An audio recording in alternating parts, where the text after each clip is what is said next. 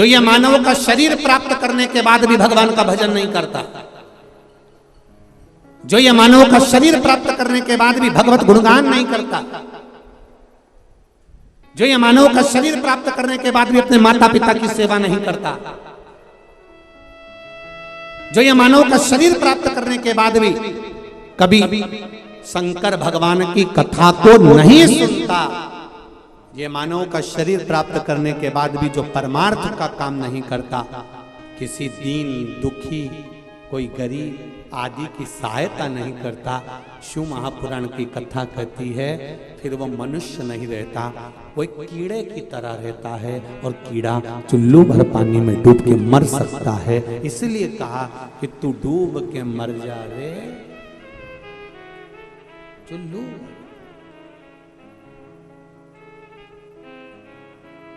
जपते रहो भगवान का,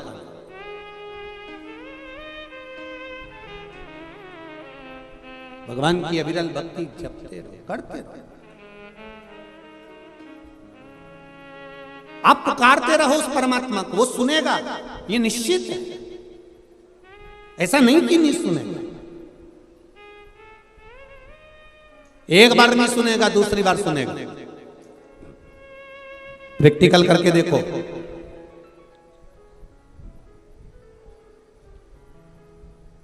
प्रैक्टिकल करके देखना तुम। कहीं पर भी फोन पर, मोबाइल पर या मंदिर के अंदर श्री शिवाय नमस्तुभ्यम तुम जम के चिल्ला कर देखना, जितने लोग वहां खड़े होंगे पहचान जाएंगे ये सियोर वाला महाराज की चेली है। प्रैक्टिकल करके देखना तुम बस केवल इतना बोल देना श्री शिवाय नमस्तुभ्यम, उतने में पहचान जाएंगे।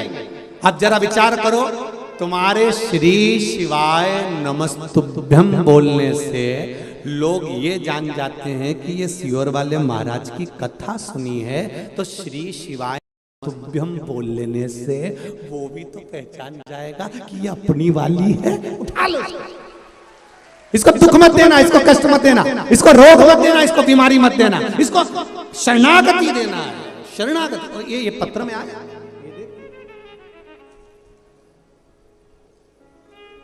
भगवान जाने क्या बना के भेजा।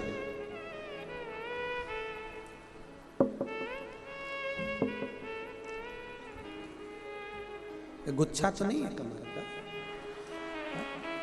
अच्छा।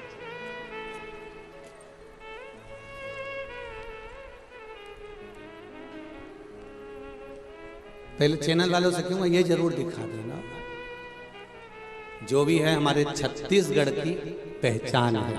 नमन करता हूं, हमारे छत्तीसगढ़ की पहचान है, इतना सुंदर बनाया है, बहुत बहुत साधुवाद, धन्यवाद। उस पे आपने पत्र लगाया है। मेरा नाम चंदाबाई साहू है, ग्राम पंचकोशी धाम, पटेवा, नया पारा, राजिम, छत्तीसगढ़ से आई हूँ। कहीं बैठी हो तो हाथ हिलाइए। आप ही हैं? श्री शिवाय नमस्तुभ्यम, दोनों हाथ हिला दो एक बार ऐसे। श्री शिवाय नमस्तुभ्यम। गुरुजी 2 साल पहले मेरे दोनों चेस्ट में गठान हो गई थी, मेरे दोनों चेस्ट में गांठ हो गई, गठान हो गई। वो गांठ धीरे धीरे बढ़ती जा रही थी। फिर हमने 2022 मई के महीने में रायपुर एम्स हॉस्पिटल में चेकअप करवाया। चेकअप में आया, डॉक्टर साहब ने कहा ये गठान कोई साधारण नहीं है, आप इसको हल्के में ना लें और इस गठान का ऑपरेशन करना पड़ेगा और निकाल के इसको जांच के लिए मुंबई भेजा जाएगा। और ये गठान आप किसी को भी दिखा लो, कोई भी बता देगा कि ये गांठ वही मानी जाएगी। ये 2 गांठ आपके चेस्ट में हो गई है, दोनों गांठों को निकालना पड़ेगा, ऑपरेशन करना पड़ेगा। हमने डॉक्टर साहब से कहा, डॉक्टर साहब आप कुछ दवाई दे दो, और दवाई लेकर, ऑपरेशन तो अभी हम नहीं कराएंगे डॉक्टर साहब, और दवाई लेकर हम घर आ गए। दवाई को ले जाकर हमने शिव जी के मंदिर में शंकर भगवान को दे दिया, भोलेनाथ हम दवाई जरूर खाएंगे पर आपको ऑपरेशन की नौबत मत आने देना और मेरा ऑपरेशन टाल देना, मेरे शरीर में कोई ऐसी बीमारी मत देना बाबा, मैं तेरी हूं तू मेरा है। एक लोटा जल चढ़ाना प्रारंभ करा, एक बेलपत्र खाना प्रारंभ किया और दवाई का सेवन भी भगवान शिव की कृपा से करना प्रारंभ किया। गुरुदेव दूसरी बार हम फिर एम्स में डॉक्टर को दिखाने के लिए गए। डॉक्टर साहब ने कहा कि बड़ा विचित्र काम हो गया, एक सप्ताह पहले 2 गांठ थी और जो गांठ मुंबई जांच के लिए जाना थी, आश्चर्य हो रहा है कि आपकी जो जांच हो रही है उसमें एक भी गांठ नहीं आ रही है। यह शिव है, यह शंकर है, यह ओम है। बैठिए, प्रणाम करता हूं। और आप राजिम से आई हैं, छत्तीसगढ़ का बैकुंठ है राजिम, राजिम की धरा को भी नमन करता हूं। श्री शिवाय नमस्ते। ये शिव है। ओ घड़ी तेरी कृपा बिना न हिले एक भी अणु, लेते हैं श्वास तेरी कृपा से तन, बखान क्या करूं मैं राखों के ढेर का, चपटी भभूत में खजाना कुबेर का।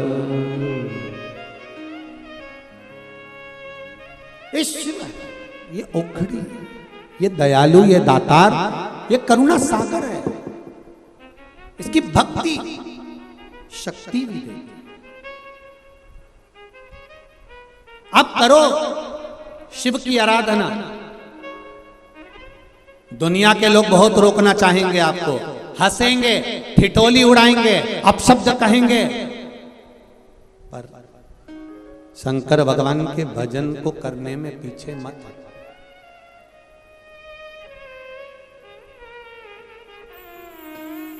पीछे मत रख,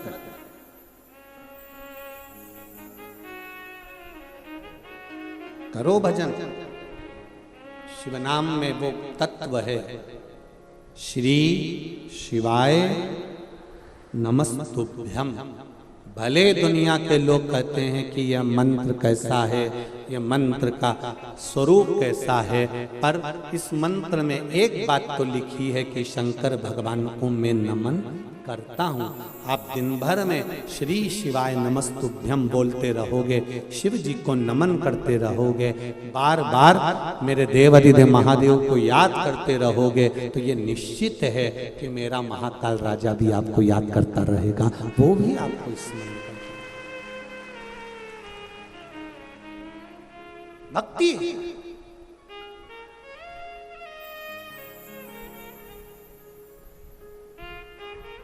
कितना, अरे मैं छत्तीसगढ़ वासियों को और ये आए हुए श्रोता, जितने भी श्रोता यहाँ कथा में बैठे हैं, आपके पावन चरणों को नमन करता हूं। इतनी संख्या में इस ग्राउंड की जो कैपेसिटी है वो 7 लाख लोगों की है, पर इस कैपेसिटी को पार कर कर आप इधर से उधर तक पूरी रोड पर बैठे हो, और आपका साइलेंट रहना, चुप रहना, भगवान की भक्ति में डूबे रहना, आपका ये प्रेम शिव तत्व की ओर, अभी शिव तत्व की ओर अभी। और इसी के साथ में एक निवेदन, जितने लोग अब बाहर से आ रहे हैं कथा सुनने के लिए, और जितने लोग इस रायपुर की पावन धरा पर आना चाहते हैं अब कथा सुनने के लिए, तो उनसे एक निवेदन करना चाहूँगा। अब इस ग्राउंड में और रोड पर जगह नहीं है, कृपया निवेदन है, अब कभी अगली जब कथा हो तब आप लोग यहाँ पधारिएगा। अब 2 दिन के लिए आप लोगों से निवेदन करना चाहते थोड़ा सा,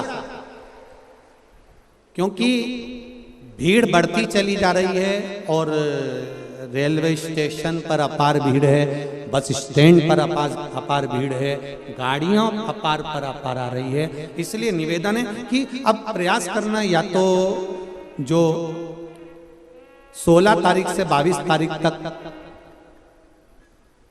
Kanpur, Kalyanpur, new highway city, GT road पर जो कथा 2 बजे से 5 बजे तक होने वाली है, या तो आप लोग जितने लोग भी अब बाहर से आ रहे हैं उनसे निवेदन है अब अगली कथा में आप लोग पहुंचो, क्योंकि यहाँ संपूर्ण जो जगह है कई किलोमीटर तक फुल हो चुकी है, जिससे एक व्यवस्था, वैसे तो प्रशासन बहुत सुंदर व्यवस्था कर रहा है। मैं आदरणीय गृह मंत्री जी से कहूंगा, आपका छत्तीसगढ़ प्रशासन ने बहुत सुंदर व्यवस्था करी, उसके लिए बहुत बहुत साधुवाद है। बहुत सुंदर व्यवस्था, बहुत सुंदर व्यवस्था पुलिस प्रशासन भी कर रही है। मेडिकल, चिकित्सालय, यहाँ का जो नगर निगम, नगर पालिका जो भी है, वो बहुत सुंदर सुंदर व्यवस्था यहाँ के लोगों ने करी है। प्रशासन भी पूर्ण तरह से मुस्तैद रहकर पूरी व्यवस्था को संभाला हुआ है और हर तरह से बहुत। और यहाँ का जो रायपुर का सनातनी भाई है, कहीं पर चाय बांट रहा है, कहीं भोजन बांट रहा है, कहीं पानी बांट रहा है, कहीं किसी को नाश्ता बांट रहा है, उनको भी मैं नमन करता हूँ कि आपके दानदाताओं ने जो सेवा दी है उसके लिए बहुत बहुत धन्यवाद। आपकी भक्ति। बसंत जी अग्रवाल इस कथा के यजमान है, माना उनका पूरा परिवार यजमान है, पर अकेले व्यक्ति के साथ में प्रशासन भी कदम से कदम मिलाकर आगे खड़ी हुई है। इसलिए एक बार पूरी पुलिस प्रशासन को, पुलिस संसार के जितने भी छत्तीसगढ़ के निवासी, सबको साधुवाद है बहुत। और इनका साथ पत्रकार, मीडिया, अपनी कलम के माध्यम से ये पत्रकार बंधु, ये मीडिया इतना साथ दे रहे हैं कि मैं निवेदन करना चाहूंगा आप सबसे कि इन पत्रकारों के लिए, सोशल मीडिया के लिए बहुत बहुत साधुवाद है साहब। बहुत सुंदर आपका भाव, आपका आनंद, सुख देने वाला।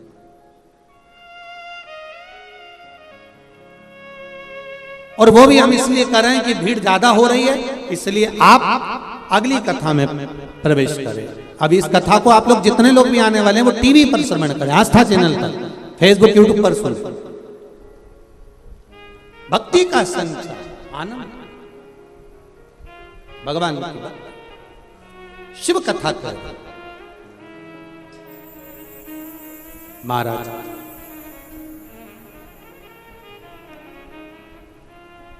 तेरे माता पार्वती जी के साथ में शिव जी का मंगल विवाह हुआ। शिव दूल्हा बने, पार्वती दुल्हन बनी।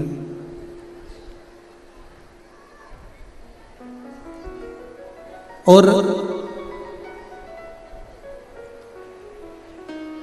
दोनों का मंगल विवाह होने के बाद में जब ग्रस्त जीवन की जो शुरुआत, एक बात थोड़ा सा अपने जीवन में उतारिए।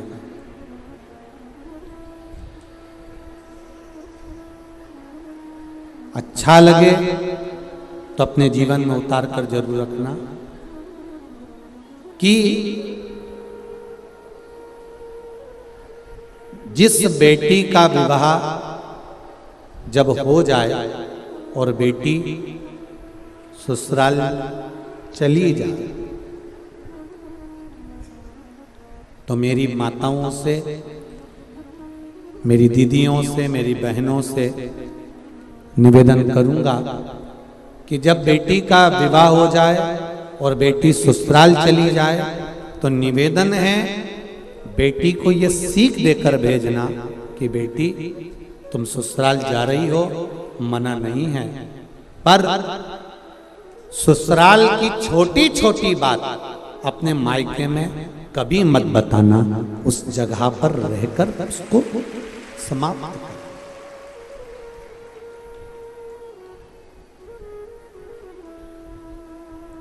उस जगह पर रहकर उस ससुराल का जो कोई बात है तो उसको ससुराल में समाप्त करा जाए।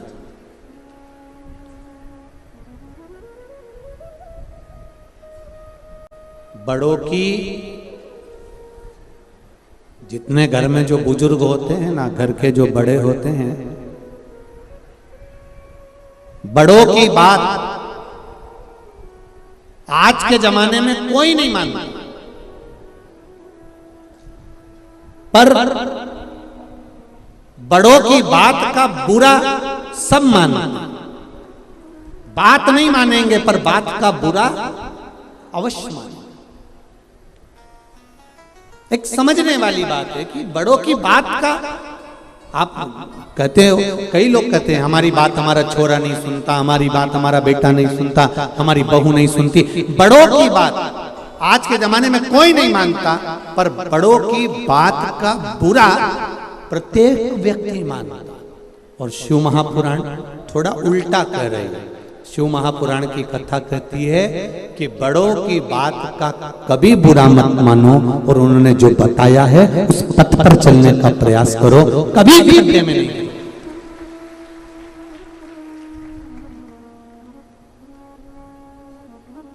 बड़ों की बात अगर मानकर चलोगे तो जिंदगी में कभी नीचे नहीं गिरोगे। एक बड़ा सुंदर संवाद आता है, एक लड़के की शादी नहीं हो रही और लड़के की शादी नहीं हो रही, बड़े परेशान हो गए लड़के के मम्मी पापा, पिताजी, माताजी कि लड़के की शादी नहीं हो रही। एक जगह पर लड़के की शादी पक्की, और लड़के की शादी पक्की हुई, पर लड़की वालों ने एक बात लड़के वालों से कह दी कि शादी हम एक शर्त पे करेंगे कि बारात में कोई बुढ़ा नहीं आए। अब देखिए जरा शिव पुराण की कथा का स्मरण करिएगा। हम शादी करने को मना नहीं कर रहे हैं, हम शादी जरूर करेंगे, पर एक शर्त है कि शादी में कोई बुढ़ा नहीं आएगा। ठीक है साहब, हम बुजुर्गों को लेकर नहीं आएंगे, हम बड़े को लेकर नहीं आएंगे, हम लड़की, ठीक, लड़का तो कम से कम शादी हो जाए, लड़के की शादी तो हो जाए। बेचारा 32 साल का हो गया, 35 साल का हो गया और उसकी शादी नहीं हो रही है, तो कम से कम शादी तो हो जाएगी। हाँ भर दी। बारात की तैयारी हुई। घर में जो फूफा जी थे बुजुर्ग, उन्होंने कह दिया चाहे कुछ भी हो जाए, मैं बस के नीचे मर जाऊंगा पर बारात में तो जाऊं। सबने मना करा, साहब देखो फूफा जी तुम मत जाओ, और देखो ये अच्छी बात नहीं है, उन्होंने मना कर दिया था कि कोई बुढ़ा नहीं आएगा, आपको नहीं ले जाएंगे। नहीं मैं तो जाऊंगा, चाहे कुछ भी हो जाए मेरे को तो जाना। एक काम करो, अगर ऐसे नहीं ले जा सकते तो मिठाई के डब्बे में मुझे बंद करके ले जाओ। अब बुढ़े व्यक्ति को फूफा जी को ने खोखे में, परंतु ले तो जा रहे हैं, पर एक बात याद रखना, हम तुम्हें निकालेंगे नहीं, अंदर ही पड़े रहो। हाँ हम बस के अंदर पड़े रहेंगे, कोई बात नहीं, पर जाऊंगा। अब वो मिठाई का बड़ा डब्बा लिया, उसमें इनको भर दिया, 2 छेद कर दिए उसमें जिससे श्वास चली जाए, और इनको बारात में ले गए। अब शादी की तैयारी हुई। लड़का घोड़ी पे तैयार हुआ, तैयार होकर लड़की के दरवाजे पर पहुंचा। वरमाला का समय आ गया। लड़की के पिताजी ने एक बात कही, लड़की वरमाला तब डालेगी, एक शर्त पर, लड़की वरमाला तब डालेगी जब हमारे गांव की नदी में जैसे पानी बह रहा है उसकी जगह दूध बहा दोगे तब। अब तो सारे बारातियों ने सोचा अब कोई शादी हो रही है, फालतू का बात कर रहा है, नदी में कोई दूध बहेगा, बहुत कठिन काम। सब के सब लड़के को लेके वापिस बस में बैठने लगे। पीछे फूफा जी ने आवाज लगाई खोखे में से कड़कड़ करा, तो किसी ने सुना क्या बात है। फूफा जी ने पूछा क्या हो गया। लड़की के पिताजी ने बोला है कि शादी एक शर्त पे होगी, गांव की नदी में दूध भरा जाए तो लड़की भी आएंगे, नहीं तो नहीं भी आएंगे। तो इतने में अंदर फूफा जी ने बोला तो फिर क्या कर रहे हो, तो के सब बस में बैठ गए, वापिस चल रहे।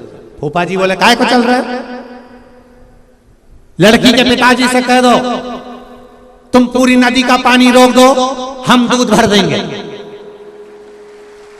जाओ जरा बोलो। इतने में सारे बस के बैठे हुए सब नीचे उतर गए और उन्होंने लड़की के पिताजी से कहा कि साहब आप नदी का पानी रोक दीजिए, हम नदी में दूध भर देंगे। इतने में लड़की के पिताजी बोले बारात में जरूर कोई बुढ़ा आया है, निश्चित बारात में जरूर कोई डोकरा आया है, बूढ़ा व्यक्ति आया, ये निश्चित था। शिव पुराण कह रही है बड़ों की बात का कभी बुरा मत मानो, अगर बड़ों की बात को मानकर चलोगे तो ये निश्चित है कि तुम अपनी मंजिल तक पहुंच जाओगे, आपको मंजिल मिल जाएगी।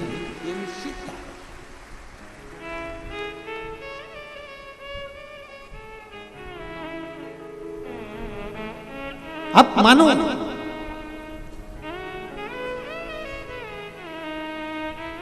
कई लोग कहते हैं कि ये शिव महापुराण की कथा सुनकर क्या मिलता है। हमने कहा ये वेद व्यास जी ने लिखी है, वेद व्यास जी ने इसका वर्णन किया है, वेद व्यास जी ने लिखा है। और यदि वेद व्यास जी ने इसका वर्णन किया है, लिखा है, तो ये निश्चितता है कि इससे कुछ ना कुछ तो मिल सकता है। ऐसा नहीं है कि शिव महापुराण से नहीं मिलेगा। शंकर भगवान माता पार्वती जी के साथ में विराजमान हुए हैं कैलाश धाम पर, और जो परिवार का एक क्रम जो प्रारंभ हुआ है, परिवार का एक जो तत्व प्रारंभ हुआ, पार्वती जी का नियम था, शिव जी भगवान की भक्ति में डूबे रहते थे और पार्वती मैया भगवान शंकर की सेवा में निरंतर लगी रहती थी, निरंतर। मेरा संपूर्ण माताओं से निवेदन, भाइयों से निवेदन है, जितने घर के बुजुर्ग हैं, बड़े हैं, उनसे भी निवेदन है, प्रयास करो, थोड़ा डीले कम करो, अंदर वाले आप प्रयास करिए अपने जीवन का।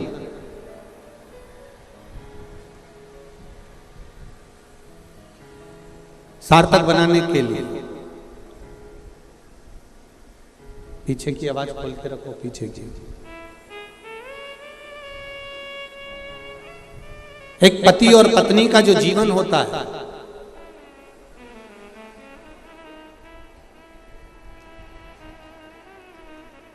पति और पत्नी का जो जीवन है, पति और पत्नी का जो जीवन का क्रम है, वो एक हमें सीख देता है। क्या सीख देता है? वो हमको बताता है कि जब विपदा की थोड़ी सी भी घड़ी आए,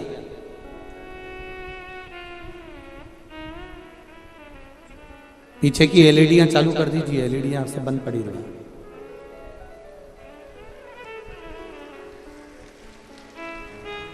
विपदा की जब घड़ी आए, उस विपदा की घड़ी में शिव महापुराण की कथा कहती है पति और पत्नी को कदम से कदम मिलाकर अग्रणी चलना चाहिए। विपदा की जब घड़ी है,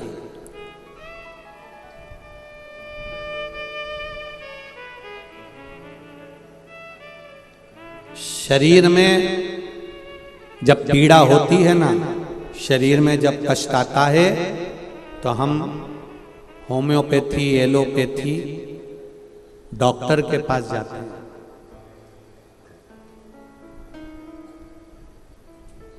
शरीर में जब कष्ट हुआ, शरीर में जब पीड़ा हुई, शरीर में जब दुख हुआ, शरीर में जब पीड़ा हुई, तो हम होम्योपैथी, एलोपैथी, डॉक्टर के पास जाते हैं और उनसे थोड़ी सी दवाई लेकर अपने शरीर की पीड़ा को मिटाते हैं। उसी तरह शरीर में पीड़ा होती है, तब हम डॉक्टर ढूंढते हैं।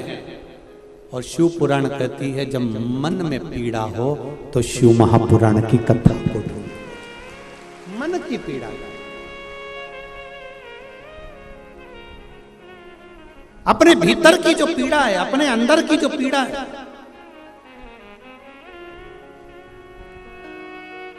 उस पीड़ा को किसी से मत करो। अगर आप किसी के सामने जाकर रोगे भी ना, तो दुनिया के लोग कहते हैं पहले तो खूब फूली फूली फिरती थी, अब जगत में रोती फिर रही है। आप अगर रोना भी चाहते हो और अपने दिल की बात किसी से कहना भी चाहते हो तो किसी से मत कहो। कहना है तो आपके नजदीक में जो शंकर जी का मंदिर है वहां पर जाकर 2 क्षण बैठकर एक बेलपत्री में लेकर और शिव जी से अपने दिल की बात कह दो। वो दुख भी मिटाएगा, पीड़ा भी मिटाएगा और गले भी लगाएगा। वो शंकर एक पत्र आया है,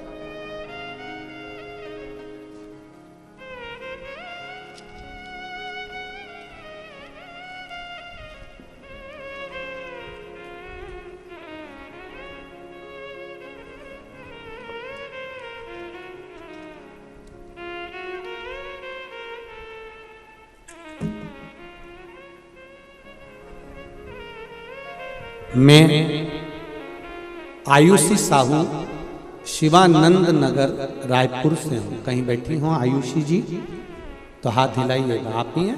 श्री शिवाय नमस्तुभ्यम। दोनों हाथ ऐसे हिला दो एक बार बेटा। श्री शिवाय नमस्तुभ्यम। मैं आयुषी साहू शिवानंद नगर रायपुर से हूँ। शिव की भक्ति का मैं क्या वर्णन करूं पंडित जी, मेरे पास में शब्द नहीं है। पहला, मेरी माता का नाम पुष्पलता साहू है, जिसका मैं फोटो डॉक्टर के यहाँ पर जब वेंटिलेटर पर मेरी माँ पड़ी रही उसका फोटो में लगा रही हूँ। आप भी एलईडी पर, आस्था चैनल पर, फेसबुक यूट्यूब पर आप वो फोटो देख रहे हैं। मेरी माता का नाम पुष्पलता साहू है। वो 5 साल से किडनी की बीमारी से ग्रसित है और उनका हॉस्पिटल में डायलिसिस चल रहा है। इसी बीच उनके हार्ट में दिक्कत आई और डॉक्टरों ने कहा कि ऑपरेशन के बिना ठीक नहीं होगा। हम ऑपरेशन के लिए तैयार हो गए और डॉक्टर ने कहा कि 1 हफ्ते बाद ऑपरेशन होगा। इसी 1 हफ्ते में माता जी ने आपके द्वारा बताया गया पीपल के पत्ते वाला उपाय करना प्रारंभ करा। डॉक्टरों ने जांच करी। जब 1 हफ्ते का जो समय मिला उसमें हमने पीपल के पत्ते वाला प्रयोग करा, क्योंकि हम लोग भी पढ़े लिखे हैं, हम ये सब चीजों पर विश्वास नहीं करते थे। पर मेरी माँ ने कहा कि एक बार आप सियोर वाला महाराज कहता है तो एक बार करो तो प्रयास। और पीपल के पत्ते का जब हमने प्रयास करा, डॉक्टर के यहां हम वापिस जब लेकर गए तब 20 दिन तक डॉक्टर ने 20 दिन के बाद हमको जब बुलाया और हमने जब वापिस जाकर उनको दिखाया, दिखाने के बाद उनको पुनः फिर तेज बुखार आया और बुखार आने के बाद फिर हम उनको वापिस लाए और आपने जो पीपल के पत्ते वाला प्रयोग बताया वो करना प्रारंभ करा। गुरुदेव, हम उनको वापिस हॉस्पिटल ऑपरेशन की तैयारी कर कर लेकर गए और डॉक्टर ने जांच कर कर कहा इनका ऑपरेशन कराने की जरूरत नहीं पड़ेगी, ये दवाई से ठीक होना प्रारंभ हो गई। ये दवाई से ठीक होना प्रारंभ हो गई हैं। गुरुदेव, अब बाबा की कृपा से उनका हार्ट का ऑपरेशन नहीं हुआ और वो धीरे धीरे ठीक होती चली जा रही हैं। बाबा की कृपा। इस साल होली में माँ के मुंह में लकवा भी लग गया। शरीर में इतनी कमजोरी थी कि डॉक्टर ने कहा एडमिट होना पड़ेगा। मम्मी ने कहा दवाई ले आओ, एडमिट हो जाऊंगी, मना नहीं। शिवजी पे चढ़ा हुआ 1 लोटा पानी दवाई के साथ शिवजी को समर्पित कर कर खाना प्रारंभ करा, जल लेना प्रारंभ करा और मुंह का लकवा भी धीरे धीरे ठीक हो गया। ये शिव है। शंकर, बैठो बेटा। श्री शिवाय नमस्ते। एक पत्र और बड़ा सुंदर आया,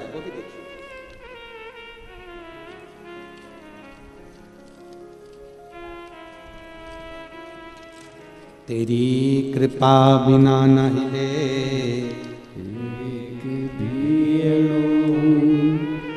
लेते हैं श्वास तेरी कृपा से तनु तनु।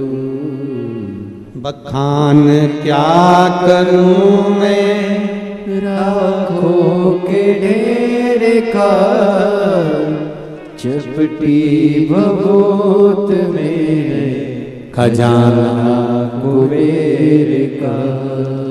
हे गंगाधार मुक्ति द्वार ओंकार तू आयो शरण तिहारी तार कर तू। मेरा नाम जयश्री साहू, मैं गुड़ियारी रायपुर छत्तीसगढ़ की रहने वाली हूँ। जयश्री बेटी कहीं बैठी हो तो हाथ जरूर हिलाओ। जयश्री साहू, गुड़ियारी रायपुर, आप इधर है बेटा? श्री शिवाय नमस्तुभ्यम। गुड़ियारी छत्तीसगढ़ की रहने वाली हूं। गुरुदेव, मैं पिछले 3 साल से एमबीबीएस की तैयारी कर रही थी, परंतु सफल नहीं हुई, असफलता मिलती रही। फिर मैंने आपकी कथा श्रवण कर शिवलिंग पर 1 लोटा जल और बेलपत्री में शहद लगाकर शिवलिंग पर चढ़ाना प्रारंभ किया, और इसी साल एमबीबीएस के अलॉटमेंट लिस्ट में मेरा नाम बाबा देवादिदेव महादेव की कृपा से आ गया। गुरुदेव, 9/11/2022 को जिस दिन कथा चालू हुई, बाबा की कृपा से Shri Shankaracharya institute of medical science college Bhilai में मेरा एडमिशन हो गया है। मैं बाबा को धोख लगाने के लिए आया। श्री शिवाय नमस्तुभ्यम बेटा, खुश हो गए अब तो? श्री शिवाय नमस्तुभ्यम। ऐसे ही निवेदन करूंगा, जैसा कर्माबाई ने खिचड़ी खिलाकर भगवान को साहू समाज का गौरवान्वित नाम किया, ऐसे आप भी डॉक्टर में गौरवान्वितता महसूस करें, यही बाबा से विनती है। एक पत्र और बड़ा सुंदर है, देखिए। मेरा नाम विजय कुमार तथा मेरी पत्नी का नाम सीता वर्मा है, और हम लोग शाश्वत नगर रायपुर छत्तीसगढ़ से आए हैं। कहीं बैठे हो तो हाथ हिलाइएगा। कहीं बैठे हो तो आप इधर है क्या? श्री शिवाय नमस्तुभ्यम। दिख गए। पति पत्नी दोनों आए क्या? श्री शिवाय नमस्तुभ्यम। मेरा नाम विजय कुमार तथा मेरी पत्नी का नाम सीता वर्मा है, और हम लोग शाश्वत नगर रायपुर छत्तीसगढ़ से हैं। आपका कथा हम लोग 2019 से सुन रहे हैं। हमारे पास घर नहीं था, बाबा जी की कृपा से हमारा घर भी बन गया। कोई भी बाधा नहीं आई। गुरुजी, मेरे भोले शंकर की कृपा का क्या मैं बखान करूं। शादी को 15 वर्ष हो गए थे, कोई संतान नहीं था। गुरुदेव, हम सब दूर भटक लिए, हमने सारे प्रयास कर लिए, पर संतान नहीं हुई। तब कथा में आंकड़े की जड़ का उपाय किया, पशुपति व्रत भी करा, डॉक्टरी इलाज भी करवाते रहे। गुरुदेव, उसके बाद भी संतान नहीं हुई। तब आपने कथा में कहा था पीपल के पत्ते का उपाय, अशोक सुंदरी वाला लाल धागे वाला उपाय करना प्रारंभ करा, और वो पीपल के पत्ते का उपाय करा, और बाबा से विनती कर उसका लाभ मिला। महाकाल और ओमकारेश्वर बाबा की कृपा, हमने बाबा से विनती करी, बाबा को नमन करा। बाबा की कृपा से 3 नवंबर को मेरे यहाँ 15 साल के बाद बेटी ने जन्म लिया है। बाबा की कृपा हुई। शिव बाबा को प्रणाम करने के लिए यहाँ आया हूँ। गुरुजी, जब तक जीऊंगा, सारे डॉक्टरों ने हाथ ऊंचे कर दिए थे कि संतान नहीं होगी, टेस्ट बेबी भी करवाया तो संतान नहीं हुई। जब सारे कार्य फेल हो गए, अब गुरुजी, जब तक जीऊंगा हर रोज मंदिर जाऊंगा और अपने बच्चों से भी कहूंगा कि 1 लोटा जल जरूर चढ़ाना। बैठो बेटा। श्री शिवाय नमस्तुभ्यम। बधाई आपको, आपके घर में लाडली आई है। शिव कृपा, तेरी कृपा बिना न हिले एक भी अणु, लेते हैं श्वास तेरी कृपा से तन। बखान क्या करूं मैं राखों के ढेर का, चपटी भभूत में है खजाना। करो भजन, छोड़ना नहीं है कथा का।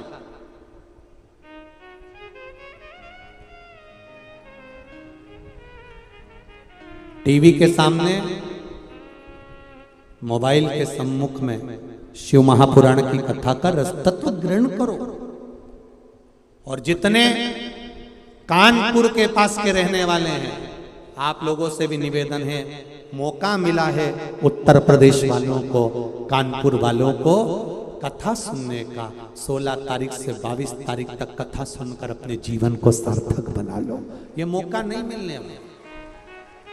आज कितने दिन हो गए कथा को? जम के बोलो जरा। 3। कितने बचे? रायपुर वालों को 5 दिन मिले थे, अब केवल 2 दिन बचे। तो इसका मतलब ये नहीं है कि तुम 2 दिन में सब यहीं टूटमान हो जाओ। हाथ जोड़ के निवेदन है सब जितने लोग ट्रेन से आ रहे हैं, बस से आ रहे हैं, बहुत हो गए। अब यहाँ बहुत सारा ग्राउंड रोड सब भरे पड़े हैं, पूरे रायपुर की होटलें फुल पड़ी हुई हैं। हाथ जोड़ निवेदन है अपने आप। अब आगामी जब कार्यक्रम रहे उसका आनंद लीजिए। घर पे बैठकर आस्था चैनल पर कथा को सुनो,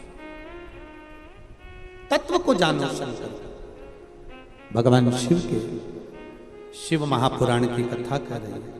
भगवान शंकर और माता पार्वती दोनों ही भगवान की भक्ति में डूबी रहती, शिव भी और माता पार्वती।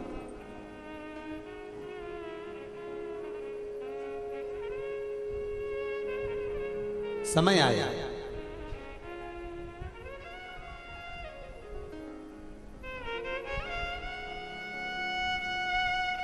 भगवान शंकर के तेज कुंज से,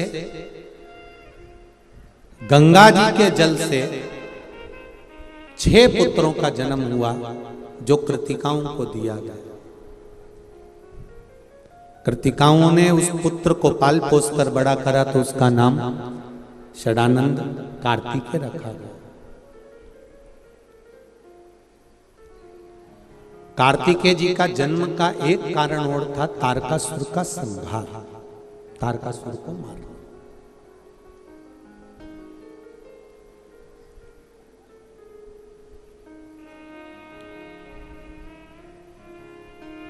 जब तारकासुर का उपद्रव बढ़ गया,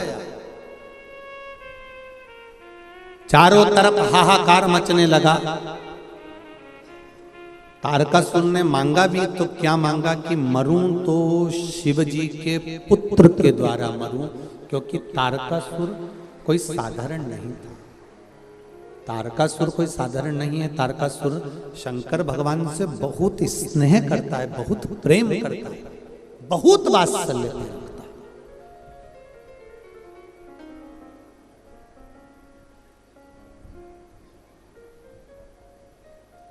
तारकासुर ने मांगा कि अगर मरूं तो शिव जी के पुत्र के द्वारा मरूं, और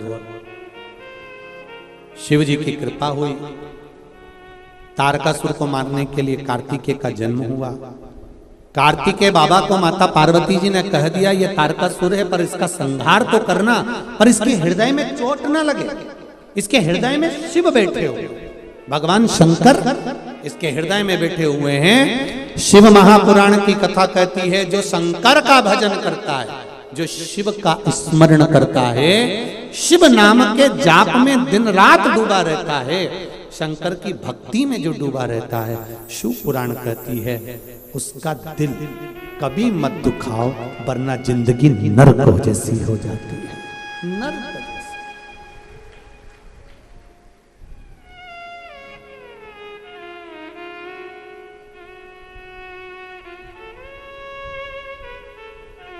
आप उसका दिल कभी ना दुखा।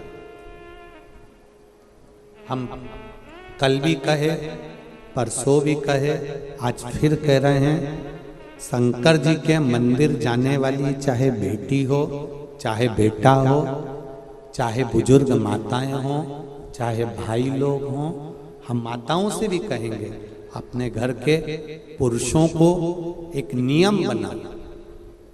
दिन भर तुम्हारा पति नौकरी करता है, सर्विस करता है, काम करता है, बिजनेस करता है, कमाकर लाता है, अपनी पत्नी और अपने बच्चों के लिए लाता है। अगर कमाकर लाया है तो अपनी पत्नी और बच्चों के लिए लाया। एक निवेदन, बिजनेस करना है उसको, नौकरी करना है उसको, सर्विस करना है उसको, तो जो भी वो कर रहा है उसको परिवार को चलाने के लिए थोड़ा ना थोड़ा झूठ तो बोलना पड़ेगा, थोड़ी बेईमानी करना पड़ेगा, थोड़ा छल करना पड़ेगा, थोड़ा कपट करेगा। पर बेईमानी कर कर, छल कर कर, कपट कर कर, झूठ बोलकर वो अपने परिवार का भरण पोषण करता है। कमाकर अगर लाकर देता है तो वो अपनी पत्नी के हाथ में देता है। इसलिए धर्म पत्नी का एक नियम होना चाहिए, वो जाने कि झूठ इसने बोला है, कपट इसने करा है, बेईमानी इसने करी है, कमाकर लाकर मुझे दिया है। अगर नरक का भोग भी भोगेगा ना तो इसको भोगना पड़ेगा। उस नरक के भोग से मैं कैसे उसको बचा सकती हूँ? तो धर्म पत्नी से निवेदन है, अपने घर के पति से, अपने बच्चों से एक निवेदन करना प्रारंभ करो कि सुबह एक लोटा जल ले जाकर शिव जी को चढ़ाना चालू करो, क्योंकि तुम्हारे कर्म का भोग तुम्हें भोगना पड़ेगा। अगर एक लोटा जल चढ़ा दोगे तो ये तुम्हारी लेखनी में जो लिखा है वो समाप्त हो जाएगा। ये निश्चित है, ये निश्चित था।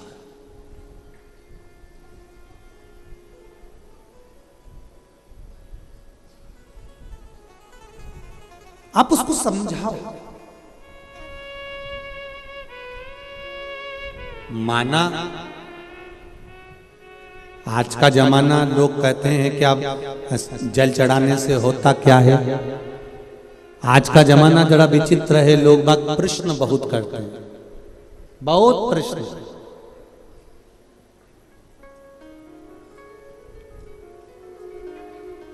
इतने प्रश्न हैं लोगों के पास में, उन प्रश्नों को हल करना कठिन पड़ता है। पर इतना जरूर कहो कि तुम कहते हो कि जल चढ़ाने से क्या होता है, या जल समर्पित करने से क्या होता है, या शिव महापुराण की कथा सुनने से क्या होता है, तो उनको समझाओ।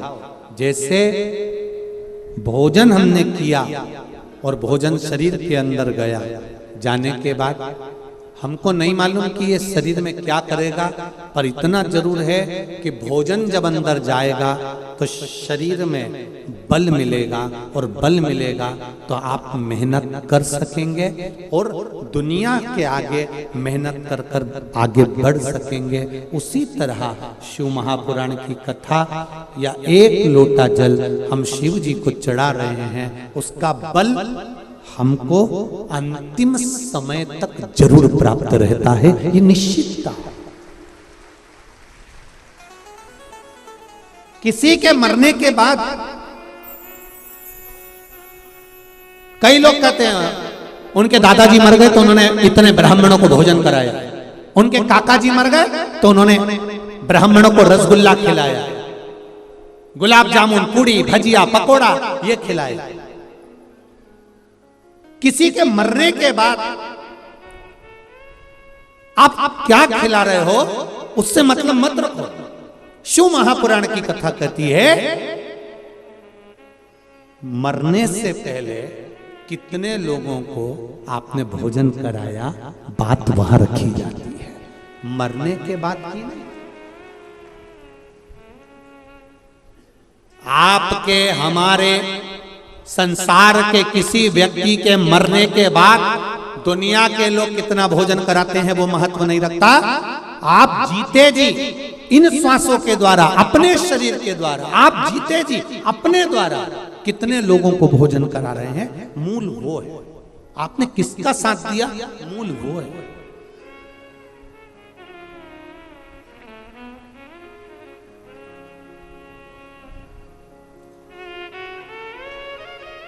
मूल तावा।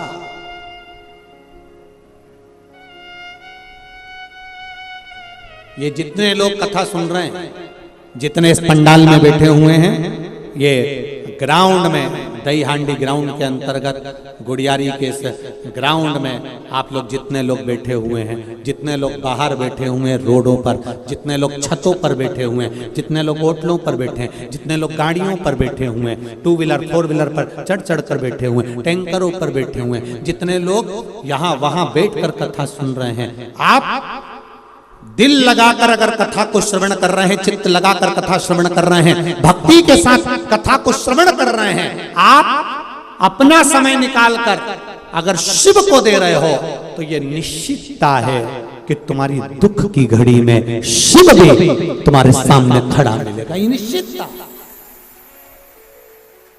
आपने दिया।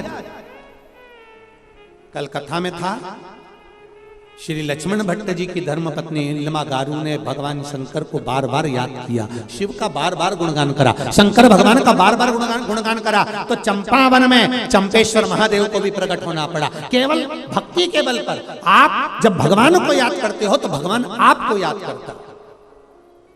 चंपावन में चंपेश्वर महादेव केवल इल्मा गारू जो बार बार शिव जी का गुणगान कर रही है, बार बार शंकर भगवान का स्मरण कर रही है, बार बार भगवान शंकर की भक्ति को धारण कर रही है, वो इल्मा गारू ने शंकर भगवान को प्रकट कर दिया,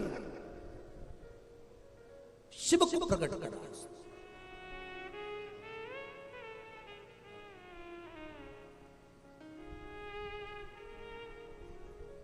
अब करो उसको याद, आप करो उसका स्मरण, हर पल, हर घड़ी, हर क्षण आप उसको जपो। तो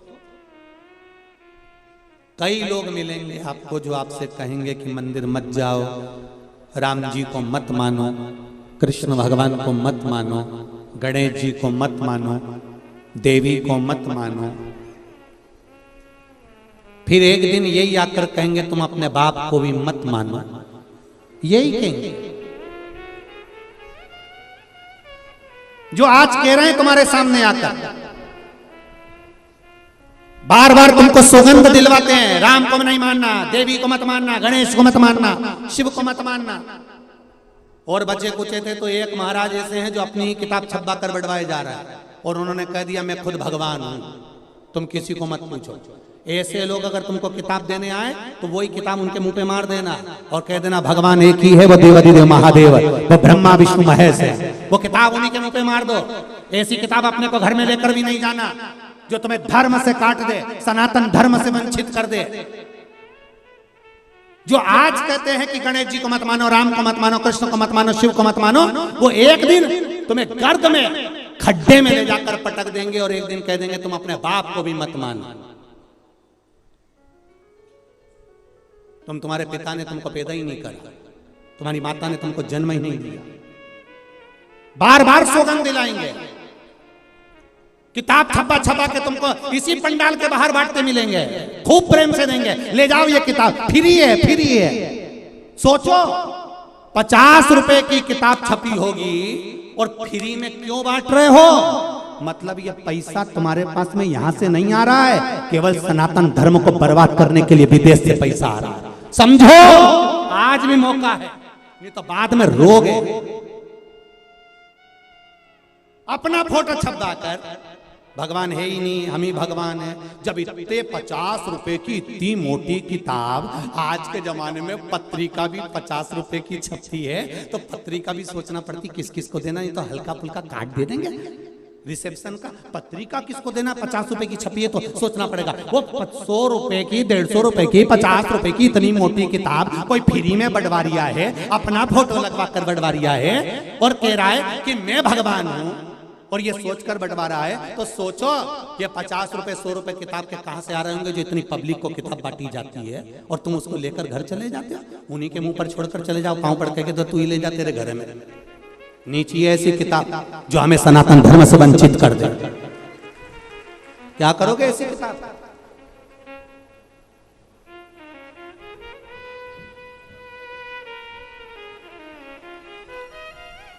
विचार करिए, स्मरण करिए भक्ति की ओर। आज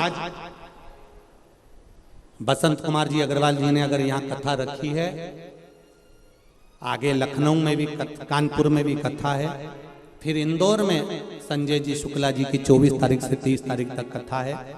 ये कथाएं जो हो रही हैं, ये कथाएं दिखाने के लिए या भीड़ बढ़ाने के लिए नहीं है।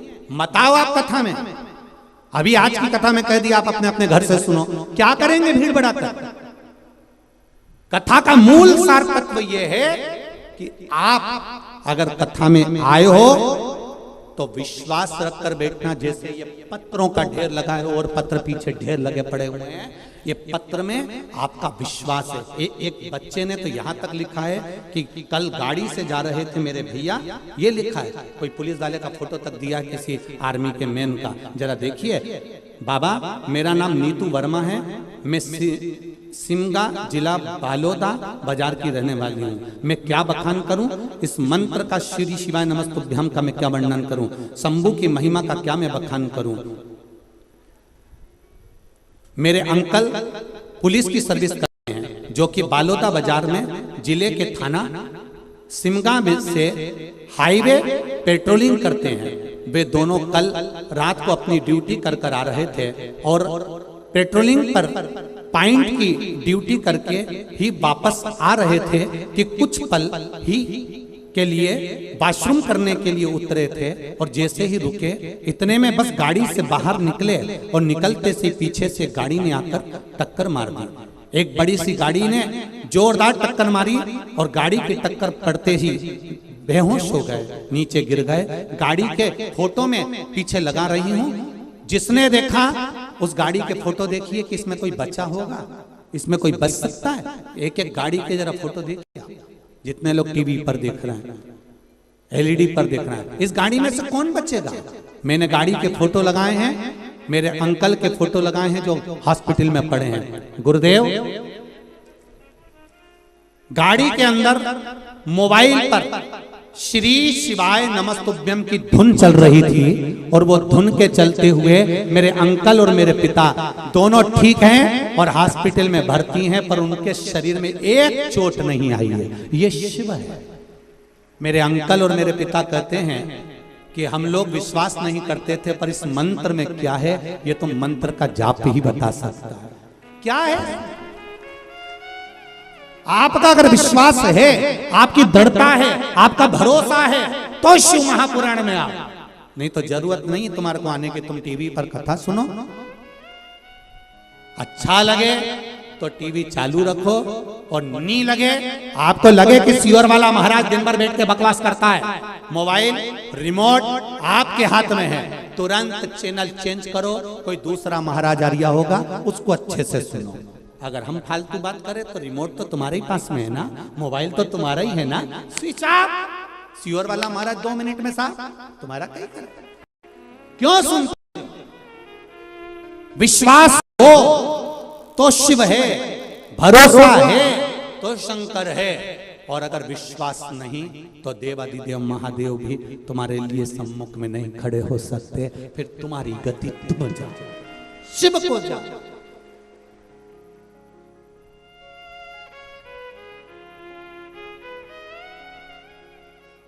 हम तो आपसे मिलते भी नहीं है। पूछो यहाँ बसंत कुमार जी कहीं बैठे हो तो मैं उनसे कहूंगा, उनके परिवार वाले भी बैठे हैं, एक बार पूछना उनकी माता जी हमसे आके मिली, उनके पिताजी हमसे आके मिले, उनकी बहनें आके मिली कि उनके भाई आके मिले। बसंत कुमार जी अग्रवाल जी से कभी पूछना, इनके परिवार का एक बच्चा, इनके घर में कितने बच्चे हैं वो भी नहीं मालूम कि कितने बच्चे। एक बार अगर कह दे कि इनके परिवार का कोई व्यक्ति हमसे आके मिला और हम इनसे मिले हो, हम मिलना भी पसंद नहीं करते। क्यों? कहीं हमारे भीतर ये अभिमान ना आ जाए कि आप हमको पूछने लगे हो। हमको सुनने के लिए तुम लोग नहीं आते हो। सियोर वाला महाराज कोई मायना नहीं रखता, हम तो शंकर के चरणों के दास हैं। आप शिव पुराण के लिए आए हो, शंकर के लिए आए हो और शंकर के बने रहे।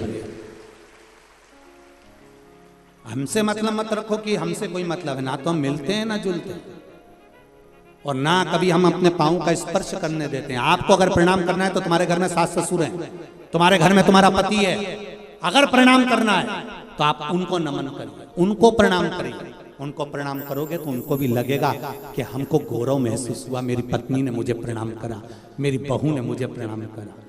हमको प्रणाम कर कर करोगे क्या? आप करो घर के बुजुर्गों को नमन।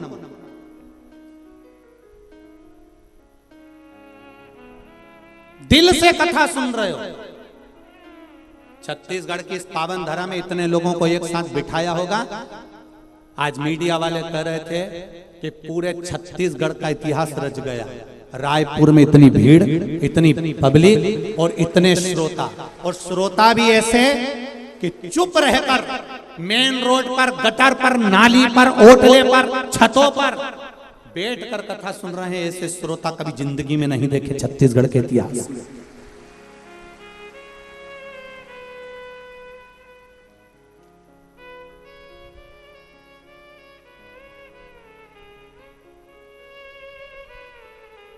और मैं धन्यवाद दूंगा यहाँ के आदरणीय मंत्री महोदय जी बैठे हुए हैं, साहू साहब, उनको भी धन्यवाद दूंगा, और यहाँ के कमिश्नर को, कलेक्टर को, एसपी, डीएसपी, क्या क्या कहूं मैं आपको, जितने टीआई लगे, जितने थानेदार लगे, सबको साधुवाद। आपकी एकाग्रता, आपकी सेवा, आपने दुनिया में करी होगी बहुत सेवा, आज सेवा का जो मौका मिला है इस कथा में मिला है जनमानस को संभालने के लिए। ये श्रोता नहीं, शिव आया है रायपुर की धरा। ये रायपुर की धरा पर शंकर आया है, शिव नहीं है, शिव आया है। मेरा शंकर श्रोता नहीं आया यहाँ, शिव आया। उसका हृदय चित्त आनंद क्या मिलेगा? हम अभी बीकन गांव की कथा में कह रहे थे कि कथा के पंडाल से जब जाओ तो वहां की भूमि की रज को सिर पे लगा कर जाना, क्योंकि ये साधारण नहीं है। वीआईपी व्यक्ति आता है तो दोपहर में 1 बजे कथा में आता है, यहाँ सुबह 4 बजे से जगह संभाल कर एक जैसी बैठी रहती है, कहीं मत निकलती है। वृंदावन की गोपियों ने जो तप करा, गंगा के घाट पर, नर्मदा के घाट पर जो लोग संत साधु बनकर तप करते हैं, एक बार शिव महापुराण की कथा में आकर देखो इन संतों को, इन माताओं को, इन भाई, इन बच्चों को। बच्चों का सामान भी बैग में लेकर चलती है, बच्चा भी शांति से बैठता है। एक बच्चे के रोने की कहीं आवाज आ जाए तो बता देना कितना प्रेम होगा, जरा विचार करिएगा, कितना विश्वास। पानी की बोतल में पानी भी लेकर बैठती है ना, तो थोड़ा थोड़ा पीती है कि कहीं पाटल भरने ना चले जाना पड़े। ये मेरी माँ है, ये मेरी बहन है। भाई जीन्स और टी शर्ट पहन कर, कुर्ता पजामा पहन कर, एक से बढ़कर एक कपड़े पहनकर, जो बड़ी बड़ी कंपनियों में सर्विस कर रहे हैं, नौकरी कर रहे हैं, जिनके घर में नौकर लगे हैं, वो आज रोड पे बैठ के कथा सुन रहे हैं। कोई छत्तीसगढ़ की भूमि का किसान क्या कम पड़ता है? उसके घर में कोई कमी नहीं। दिल देखिए, सुबह 4 बजे से एक जैसा, एक आसन से तुम अपने घर में थोड़ा लेट भी जाते हो, वो एक जैसी जगह संभाल के इतनी सी इतनी जगह में बैठी है, और 1 बजे का इंतजार करती है।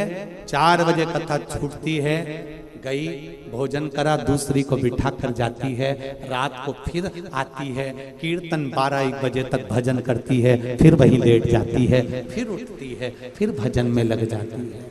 साधु। लोग हमसे कहते हैं क्या तुम तीर्थ घूमने नहीं जाते? इनके चरणों में सारे तीर्थ हैं, तो कहां जाऊं दर्शन करने? मेरा शिव तो खुद आया है।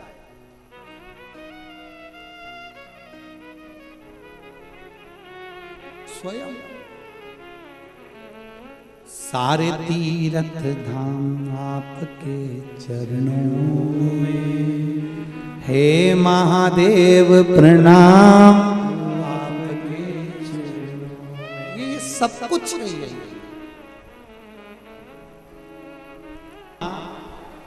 कि गर्भ से जितने बच्चे जन्म लेते हैं, चाहे 2 लें, चाहे 4 लें, चाहे 5 लें, माँ बराबर का उनको दूध पिलाती है। बोलो सही है कि गलत है? माता बराबर की उनकी परवरिश करती है, माता बराबर का उनको शिक्षा प्रदान करती है, माता बराबर का दूध पिलाती है, बराबर की परवरिश देती है, बराबर का ज्ञान देती है। पर कोई बेटा डॉक्टर बन जाता है, कोई कलेक्टर बन जाता है, कोई बहुत ऊंचे पद पर पहुंच जाता है, और कोई कोई बेटा एक छोटी सी दुकान खोलकर अपना यापन करता रहता है। माँ ने बराबर का दूध पिलाया, माँ ने बराबर की परवरिश करी, माँ ने बराबर की शिक्षा दी, माँ ने बराबर का पढ़ाया, माता ने बराबर के कपड़े पहनाए, बराबर का आभूषण दिया, माता ने सब कुछ बराबर का दिया। पर माता ने अपने बच्चों में भेद नहीं करा। ये आपका ज्ञान है कि आप डॉक्टर बन रहे हैं, कलेक्टर बन रहे हैं, मिनिस्टर बन रहे हैं, कमिश्नर बन रहे हैं, कि आप एक साधारण सी दुकान खोलकर बैठे हुए हैं। ये आपके विवेक पर आधारित है। उसी तरह मेरे भोलेनाथ ने जन्म देते समय, मृत्यु लोक में भेजते समय, माता के गर्भ से जब हमारा जन्म हुआ, उस समय पर भगवान ने कोई भेद नहीं करा कि ये ब्राह्मण रहेगा, कि ये क्षत्रिय रहेगा, कि ये वैश्य रहेगा, कि ये शूद्र रहेगा। भगवान ने तो केवल अपनी औलाद को, अपनी संतान को पृथ्वी पर भेजा, और भेजने का दो कारण था, एक भगवान का भजन करना और दूसरा अपने कर्म को भोगना। जैसा पूर्व कर्म कर आए हो उसके अनुसार, अगर तुमने पूर्व में भगवत स्मरण करा है, भरण पोषण करा है, गौ माता को एक रोटी दी है, कहीं ना कहीं गाय को एक रोटी प्रदान करी है, कहीं जलचर को, मछली जीव जंतु को थोड़ा सा दाना दे दिया, कहीं पशु पक्षी को थोड़ा सा दाना दे दिया, आपने जो पूर्व में सत्कर्म करा है उस सत्कर्म का फल आज ये मिलता है कि हमको भी सामने के सामने परसी हुई थाली देने के लिए 4 नौकर खड़े रहते हैं, हमारे सामने भी कोई ना कोई भोजन ला कर दे देता है। तुमने जो पूर्व में करा उसका फल आज हमको भोग, जो हमने पूर्व में करा उसका फल आज हमको भोगने को मिल रहा है।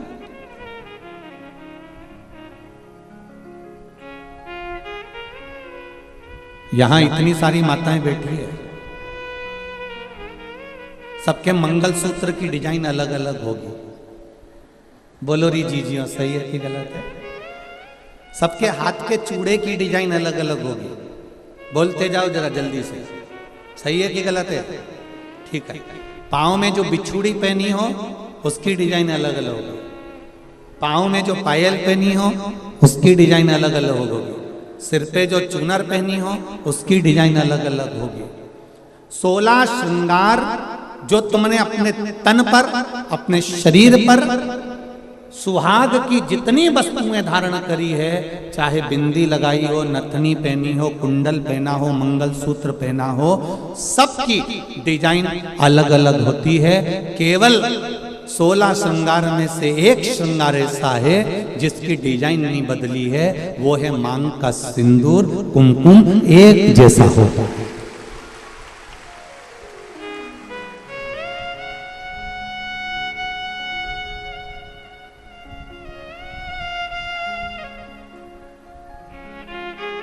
बोलो सही है कि गलत है? मांग का सिंदूर, मांग की कुकू, मांग में लगने वाला कुमकुम, इसकी डिजाइन कितनी बदल गई लोगों की जिंदगी में। मंगलसूत्र की डिजाइन बदल गई, चूड़े की डिजाइन बदल गई, कुंडल की, नथनी की, बेंदा की, सब की डिजाइन बदली, टीकी की भी डिजाइन बदल गई, पर नहीं बदली तो मांग के सिंदूर कंकु की डिजाइन नहीं बदली, क्योंकि इस डिजाइन को तो परमात्मा ने छाप कर भेजा है, तो उसको बदलना भी मुश्किल है, वो नहीं बदल सकता।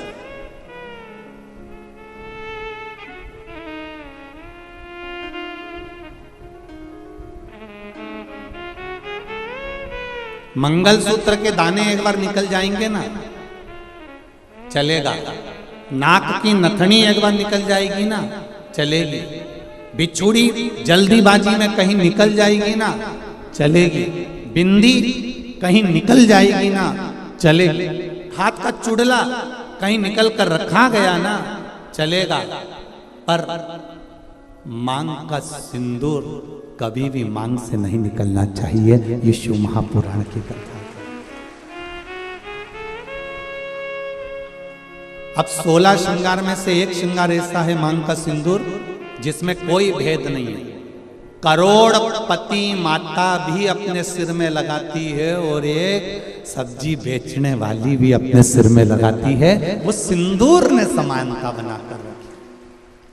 एक ब्राह्मण की घर की माता भी सिर पर लगा रही है, तो एक वैश्य के घर की माता भी सिर पर लगा रही है। एक क्षत्रिय के घर की माता भी सिर पर लगा रही है, तो एक शूद्र के घर की माता भी अपने सिर पर लगा रही है। सारा श्रृंगार पैसे के बल पर ऊंचा नीचा हो सकता है, मंगलसूत्र पैसे के बल पर ऊंचा नीचा हो सकता है, हाथ के चूड़े पैसे के बल पर ऊंचे नीचे हो सकते हैं, पांव की पायल पैसे के बल पर ऊंचा नीचा हो सकता है। केवल मांग का सिंदूर, कुमकुम, ये पैसे के बल पर ऊंचा नीचा नहीं होता। ये गरीब और अमीर सबकी समता बता देता है कि यहाँ सब बराबर हैं। मांग के सिंदूर के आगे, कुमकुम के आगे सब बराबर है।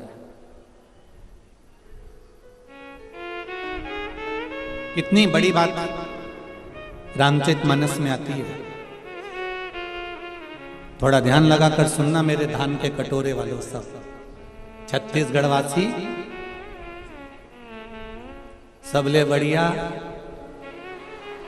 जम के बोलो जरा, सबले बढ़िया छत्तीसगढ़िया। तो मेरा छत्तीसगढ़ वालों से निवेदन है, और जितने लोग टीवी के माध्यम से कथा सुन रहे हैं और जितने लोग आस्था चैनल, फेसबुक, यूट्यूब के माध्यम से कथा सुन रहे हैं, अपने जीवन में एक बात उतार कर रखना रामचरितमानस की। रामचरितमानस में राम जी ने रावण की ओर देखा, लंका की ओर देखा, और लंका की ओर देखकर राम जी ने हनुमान जी को समझौता करने के लिए भेजा। जाओ हनुमान, जरा समझौता करना है रावण से। इतने में जामवंत, अंगद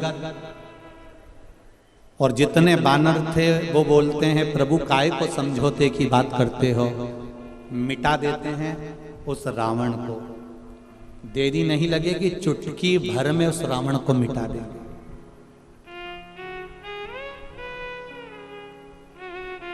चुटकी भर में रावण को मिटा देंगे। राम जी ने कहा, रावण को मिटाना सरल है, पर मंदोदरी के मांग के सिंदूर को मिटाना कठिन है। जरा ध्यान दीजिए, रावण को मिटाना सरल है, पर जो ये मंदोदरी ने मांग में सिंदूर धारण कर कर रखा है, जो मंदोदरी अपनी मांग में सिंदूर धारण कर कर रखी है, जो मंदोदरी अपनी मांग में कुंकुम धारण कर कर रखी है, जो मंदोदरी अपनी मांग में कुमकुम रखी हुई है, इसका सौभाग्य इसके सामने है, और इसका जो भजन है, इसका जो आनंद है, इसका जो स्मरण है, वो इतना प्रबल है कि उसको मिटाना कठिन है।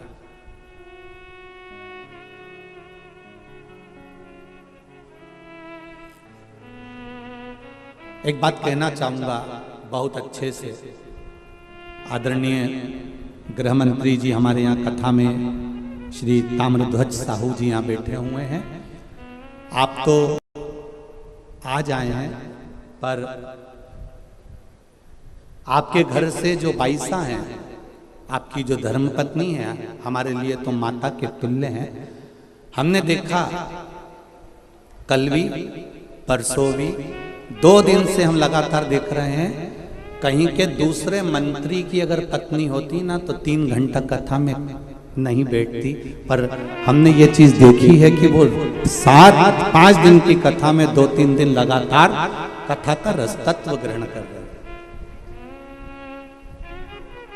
हम कहना चाहेंगे संपूर्ण विश्व के सनातनियों को एक बात बताना चाहेंगे कि पति जब घर से बाहर निकलता है, पति जब अपना घर छोड़कर किसी मार्ग की ओर आगे बढ़ता है, तो उसके साथ में धर्म पत्नी भले साथ नहीं रहती हो, पर उसके मांग में जो सिंदूर रहता है ना, उसकी चमक पति के साथ हर पल रहती है। ये निश्चित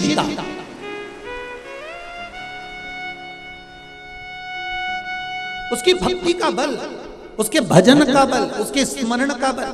अभी अभी आपने तुलसी जी और शालिग्राम की शादी जी करी होगी, बोलो सही है? एकादशी पर अभी तुलसी जी का ब्याह भगवान शालिग्राम जी के साथ लड्डू गोपाल के साथ करा होगा। जरा विचार करना, उस जलंधर को मारने के लिए देवताओं के पसीने छूट गए थे। क्यों? क्योंकि वृंदा के माथे का जो कुमकुम था, वृंदा के माथे का जो सिंदूर था, वो बड़ा प्रबल था, इसलिए जलंधर को मारना कठिन पड़ रहा था।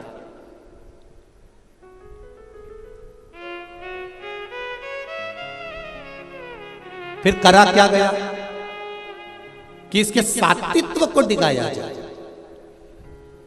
और सात्वित्व को डिगाने के लिए भेजा। जब उसका सात्वित्व डिग गया, सात्वित्व टूट गया, तब जलंधर के प्राणों को हरा गया।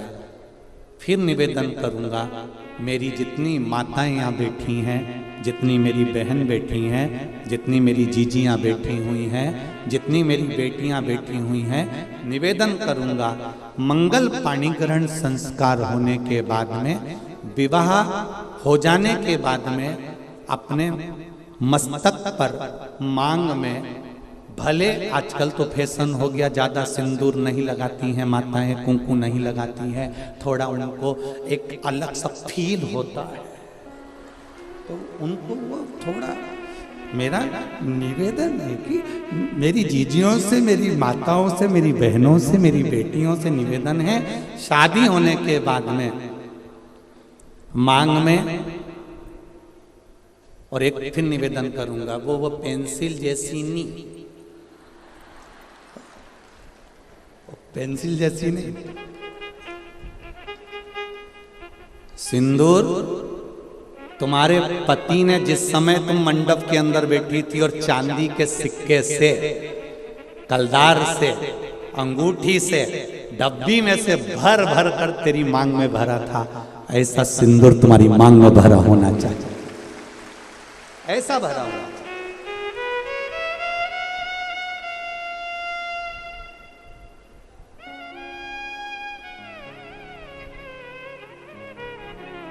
आपके माथे के सिंदूर, आपके मस्तक की कुंकू पर जो कुंकू आपने लगाया है, जो मस्तक पर सिंदूर लगाया है, वो बड़ा, हम सिंदूर और कुंकू का इसलिए बोल रहे हैं, टीकी का इसलिए नहीं बोल रहे हैं क्योंकि टीकी तो आज के जमाने में तुम ढूंढते रह जाओगे, एक छोटी सी पंखड़ी को भी काटते काटते, जैसे माथा की जूनी रहे, वो को निकालो, फिर देखो, बस ऐसी इतनी छोटी सी टीकी माताएं लगाती है, इतनी छोटी सी बिंदी लगाती है कि पूरे माथा पे ढूंढते रह जाओगे कि है कि नहीं है, पहचान करना भारी पड़ जाता है। निवेदन है, बिंदी तुम लगा रहे हो, कितनी बड़ी लगा रहे हो हमें उससे मतलब नहीं है, पर मांग में थोड़ा सा सिंदूर, थोड़ी सी कुंकू, थोड़ी सी रोली, जो भी आप लगाते हो वो थोड़ा सा इस मांग में होना चाहिए। अब कई लोग बोल रहे थे कि गुरुजी आप इतना लंबा तिलक लगा के आ जाते हो, कंकु यहाँ तक पोत के आ जाते हो, तो हमने कहा तुम नहीं लगा रहे तो तुम्हारे बत्तल का हम ही लगा ले, उसमें क्या टेंशन ले, उसमें क्या जरूरत।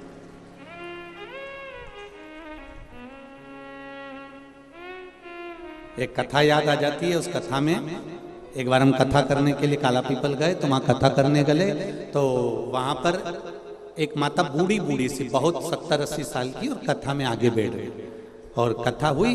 वो माता का नियम था, डंडा टेक के आती थी और 2 चोटी करके आती थी, एक में लाल रिबिन, एक में पीला रिबिन, 2 रिबिन पहले माता रिबिन बांधती थी, आप लोगों को ध्यान में होगा, ऐसा लाल ऐसा गुत्ता गुत्ता गुत्ती गुत्ती यहाँ तक आती थी, और फिर जो स्कूल जाने वाली छोरियाँ होती थी, बेटियाँ, वो यहाँ से लेकर फिर यहाँ चुट्टा मान लेती थी।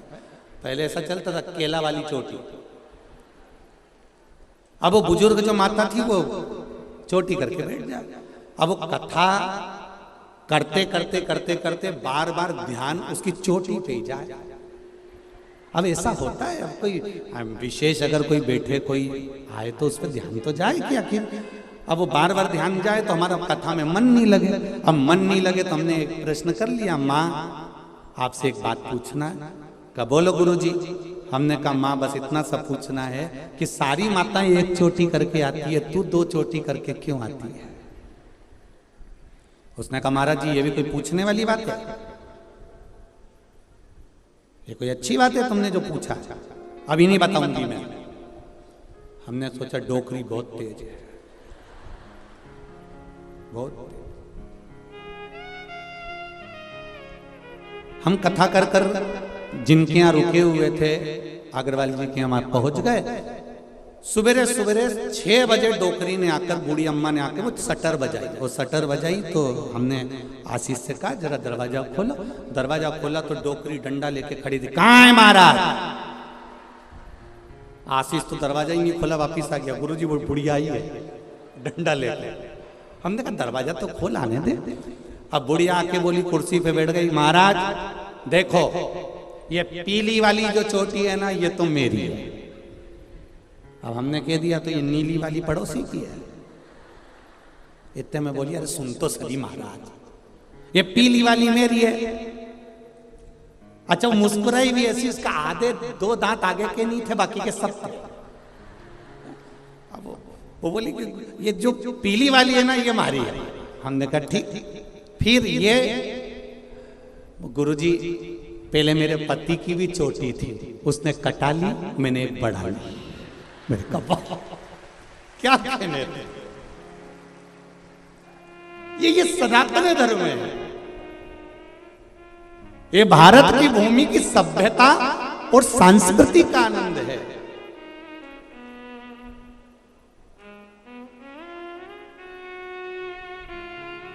ये सुख ही दूसरा है।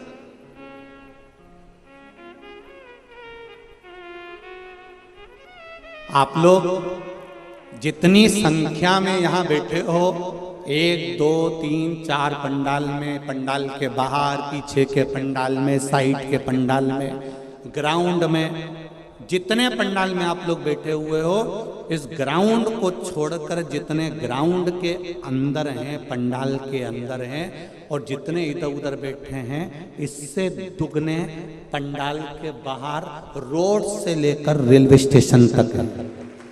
जितने अंदर हो उतने बाहर।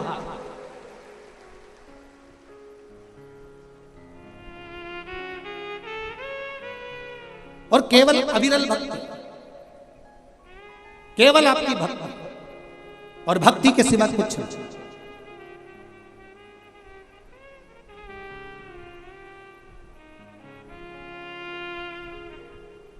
एक भाव आपके भीतर जो समाहित हुआ है, एक भाव, और बहुत जरूरी है। पहले के समय में उम्र का ठिकाना होता था कि 100 साल तक जियोगे। आज के समय में उम्र का ठिकाना नहीं होता कि आप कितने साल जियोगे।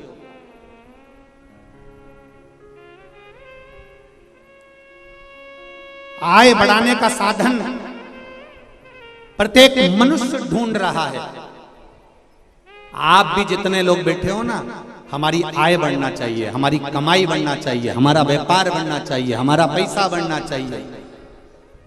आय बढ़ने का साधन प्रत्येक मनुष्य ढूंढता है, पर मनुष्य ये नहीं ढूंढ पाता कि आय के साथ में मेरी उम्र कैसे बढ़े। आय बढ़ाते बढ़ाते बढ़ाते बढ़ाते मनुष्य की उम्र घटती चली जा रही है। घर में पैसा तो बढ़ रहा है, पर 65, 70, 75, 80 में आउट हो जा रहा है, समाप्त।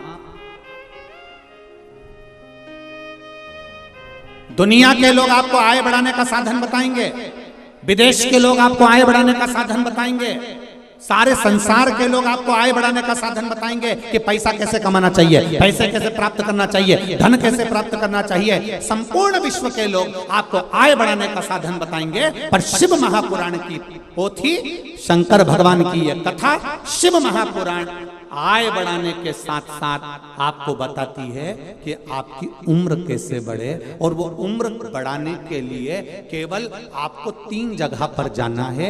एक अपने माता पिता के चरणों में, दूसरा अपने गुरु के चरणों में, और तीसरा शंकर भगवान के मंदिर। क्यों? जब हम माता पिता के चरणों में जाते हैं तो माता पिता आशीर्वाद देते हैं, आयुष्मान भव, चिरंजीवी भव। गुरु के चरणों में जाते हैं तो गुरु आशीर्वाद देते हैं, आयुष्मान भव, चिरंजीवी भव, स्वस्थ रहो, मस्त रहो, आनंद में रहो। और शंकर जी की शरण में जाते हैं तो उसका नाम महामृत्युंजय है। वो 1 लोटा जल जब हम चढ़ाते हैं तो वो भी हमको आशीर्वाद देता है, आप आरोग्य रहो, रोग से मुक्त रहो और निर्मल रहो। सारी दुनिया आपको आय बढ़ाने का साधन बताएगी, सारी दुनिया आपको आय बढ़ाने का साधन निश्चित करेगी, सारी दुनिया आपको पैसे कमाने का साधन बताएगी। पर शिव महापुराण की कथा है 3 जगह पर जरूर जाओ। एक अपने माता पिता के पास, एक अपने गुरु के पास और एक शंकर जी के मंदिर में एक लोटा जल लेकर। यहाँ 3 जगह जाने से जब माता पिता का आशीर्वाद मिलता है, गुरु का आशीर्वाद मिलता है, शंकर भगवान का आशीर्वाद मिलता है, तो हमारी आय भी बढ़ती है और उम्र भी बढ़ती है, हमारा जीने का तरीका भी बढ़ता है। अब घर में फ्रिज के अंदर मिठाई ढेर सारी रखी है, फल ढेर सारे रखे हुए हैं, और मालूम पड़े तुमने कमाया तो खूब, आय भी खूब बढ़ाई, पर खाई नहीं पाओ तो मतलब क्या? एक सेव फल का टुकड़ा, एप्पल का इतना बड़ा टुकड़ा काट कर छील कर मुंह में 2 घंटे से रखा है, कथा में आके बैठ गई तब तक भी चल रहा है, क्योंकि दांत सोफा सेट है ही नहीं। अब वो सोफा सेट ही नहीं है तो मुंडा में वो एक टुकड़ा 2 घंटे तक कभी इधर आ जाता है।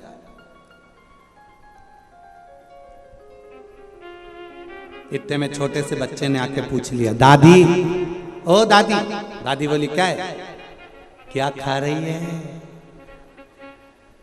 दादी बोले, सेव फल खा रही। पूरा खा गई? नहीं, ये रखा, ले तू खा ले। तूने कितना खाया दादी? इतना सा खाया। कितनी बजे खाया था? सुबह 9 बजे। अभी कितनी बज रही है? 12। 2 घंटे से अंदर ही नहीं गया, चबाई ही नहीं लिया।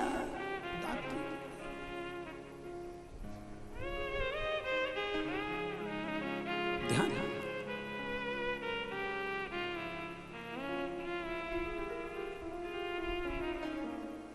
अच्छा, बहुत ध्यान देने वाली बात है। कोई कोई चीज ऐसी होती है जिसका स्मरण आपको होना चाहिए।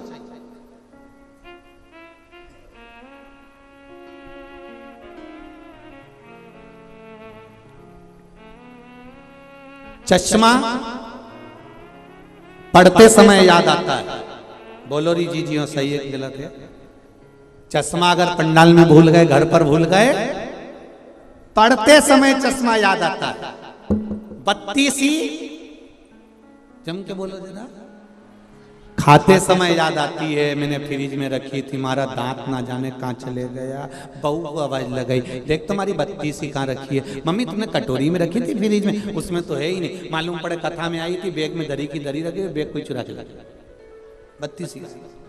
चश्मा पढ़ते समय याद आता है, बत्ती सी खाते समय याद आती है, और शिव नाम मरते समय याद आता है कि शिव में है। शंकर का अनुमोदन है क्या? शिव तत्व है क्या? शंकर का गुणगान क्या है? शिव महापुराण का रसतत्व क्या है? ये मृत्यु की सैया पर पड़े रहोगे, प्राण छूट रहे होंगे, मृत्यु के घाट पर जा रहे होंगे, तब याद आएगा कि श्री शिवाय नमस्तुभ्यम में है क्या? एक लोटे जल में है क्या? एक बेलपत्री में क्या है? ये मृत्यु की सैया पर याद आएगा। चश्मा पढ़ते समय याद आता है, बत्ती सी खाते समय याद आती है, शिव नाम मरते समय याद आता है कि शंकर के उस नाम में तत्व क्या छुपा है, क्या है? उम्र घटती चली जा रही है, पैसा बढ़ रहा है, मकान बढ़ रहा है, जायदाद बढ़ रही है, सब कुछ बढ़ रहा है, पर उम्र घट रही है। पहले मरने की उम्र कितनी थी? बोलो तो रे, 100 साल। और वो भी 100 तुम्हारी पूरी नहीं थी, वो तो मांग तूंग के लेकर आए थे। पहले मनुष्य की उम्र, गधा की उम्र, कुत्ता की उम्र, उल्लू की उम्र सब की बराबर थी, 40-40 साल। पहले मनुष्य जीता था, 40-40 साल की उम्र थी। 40 वर्ष तक जीना था। गधे की उम्र 40, कुत्ता की उम्र 40, उल्लू की उम्र 40, मनुष्य की उम्र 40। एक बार मनुष्य ने भगवान से जाकर कहा, प्रभु मेरी उम्र 40 वर्ष की कर दी, इतनी छोटी सी उम्र में मैं कमाऊंगा, कमा कर इकट्ठा करूंगा, जब तक तो मर जाऊंगा, मेरी उम्र बढ़ा दीजिए। भगवान ने कहा जब समय होगा तब बढ़ाएंगे, चिंता मत करो। थोड़े समय के बाद में गधा आ गया। गधा ने भगवान विष्णु से कहा, प्रभु तुमने मेरी उम्र 40 साल कर दी, इतनी लंबी उम्र में क्या करूंगा प्रभु, मेरी उम्र कम कर दो। 40 साल तक लोगों का बोझा ढोऊंगा, लोगों का वजन ढोऊंगा, मेरी उम्र कम कर दो। भगवान विष्णु ने कहा, कितनी उम्र कर दूं तेरी? बिल्कुल आधी कर दो। भगवान ने गधे को 20 साल का बना दिया। मनुष्य फिर आ गया, उसने कहा, प्रभु मेरी उम्र बढ़ा दो। भगवान ने कहा, गधे के 20 साल बचे हैं, दे दूं क्या? कि चलेगा, दे दो प्रभु। मनुष्य 40 से गधे के 20 साल लेकर कितना हो गया? जम के बोलो जरा। 60। थोड़ी देर बाद कुत्ता आ गया। कुत्ते ने आकर भगवान से कहा, प्रभु मेरे को 40 साल की उम्र दे दी, 40 साल तक मैं लोगों के दरवाजे पर बैठा रहूं, भोंकता रहूं, दुम हिलाता रहूं, झूठन चाटता रहूं, आप मेरी उम्र कम कर दो। भगवान ने कहा, कितनी कम कर दूं? बिल्कुल आधी कर दो। कुत्ता को 20 साल का बना दिया। थोड़ी देर बाद मनुष्य आ गया, प्रभु 60 में मेरा क्या होगा? भगवान ने कहा, कुत्ता की बची है, चले ले जा। कितने का हो गया? 80। थोड़ी देर बाद उल्लू आ गया। उल्लू ने आकर कहा, प्रभु 40 साल तक पेड़ों पर टंगा रहूं, रात रात भर जागता रहूं, मेरे बस का नहीं है प्रभु, मेरी उम्र कम कर दो। भगवान ने कहा, ठीक है उल्लू, कितनी कम करूं? बिल्कुल आधी कर दो। तू आज से 20 साल का रहेगा। मनुष्य का मन नहीं भराया, फिर आ गया, प्रभु 80 में मेरा क्या होगा, कुछ कृपा कर दो। भगवान ने कहा, उल्लू की बच्ची है, चलेगी प्रभु चलेगी। भगवान ने कहा, ले जा उल्लू की। कितने साल का हो गया? जम के बोलो 100। अब तुम खुद देखो, 40 वर्ष तक मनुष्य अपनी जिंदगी को सही जीता है, फुल एंजॉय के साथ। जो खाएगा पच जाएगा, कपड़े भी पहनेगा तो एकदम सुंदर नजर आएगा। 40 वर्ष तक फुल एंजॉयमेंट का जीवन जीता है, क्योंकि ये परमात्मा की दी हुई उम्र है। और 40 के बाद में 60 तक किसकी लगी है? बोलो बोलो जरा जम के। गधे की। इसलिए पूरे परिवार का बोझा ढोता है, बच्चों को पढ़ाना है, बड़ा करना है, शादी करना है, बहन बेटी का मायरा भरना है। 60 साल तक ये केवल बोझा ढोता है गधे की तरह। 60 के बाद जो उम्र लगी, बोलो रे बोलो रायपुर, 60 से 80 की उम्र कुत्ता की लग गई। घर के बच्चों ने कुर्सी डाल के हॉल में बिठा दिया, दरवाजे के पास। वहीं पे चाय आ जाती है, वहीं पर खाना आ जाता है, वहीं हॉल में सब कुछ आ जाता है। तुम्हें कमरे में आने की जरूरत नहीं है। बुढ़े लोगों को बाहर बिठा दिया जाता है। 80 की उम्र आएगी तो बाहर बिठा देंगे। कोई भी आया सबसे पहले वहीं से चिल्लाएंगे, वो आवाज लगाएंगे, बहू, वहीं से। किसकी लगी है? अरे बोलो जम के जरा। कुत्ता की। अब 80 के बाद उल्लू की। डॉक्टर साहब को भी दिखाओगे, डॉक्टर साहब मुझे रात को नींद नहीं आती है। डॉक्टर कितनी भी गोली दे दे और कितनी भी दवाई दे दे, तुम थोड़ा खाओगे, दवाई खाने के भी बाद दवाई कितनी भी खा लो तो भी रात को 2, 2:30, 3 बजे तो तुम्हारी आंख खुले जाएगी और पलंग पे तो उल्लू की तरह निश्चित।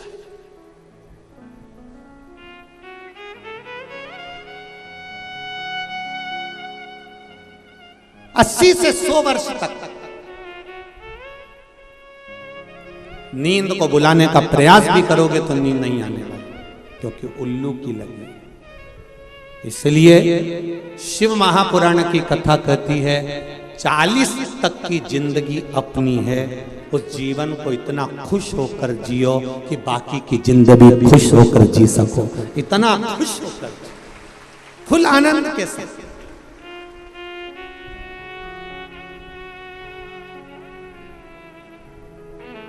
पर लोगों की आदत बुरी हो गई है। 40 साल तक की जिंदगी को लोग रो रो कर जीते हैं। शिव महापुराण की कथा कहती है अपनी जिंदगी को खुश होकर जी। गया जमाना कि 100 साल तक जीते थे। आज के ज़माने में कुछ मालूम है क्या? अपने आस पड़ोस में देखो, अपने पड़ोसियों को देखो, अपने रिश्तेदारों को देखो, उम्र का कोई ठिकाना मालूम पड़ता है? कौन कब चले जाए, जवान की जवान प्राण छोड़ देते हैं। जरा सा अटैक आया, जरा सा शुगर हुई, जरा सी बीमारी हुई, समाप्त।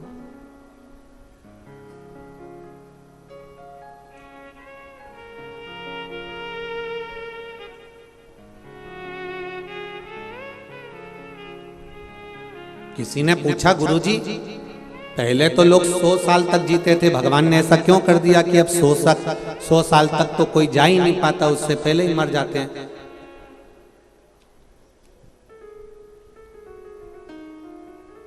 तो ऐसा ही है। वो तो सरकार जब 1000 का नोट बंद कर सकती है तो भगवान भी तो 100 साल तक बंद कर सकते हैं, उसमें क्या दिक्कत? परमात्मा ने भी कहा कि भाई ये 100 लफड़ा समाप्त करो, भजन के बल पर उम्र बढ़ेगी। आपका भजन कितना, आपका मंत्र जाप कितना, आपका स्मरण कितना।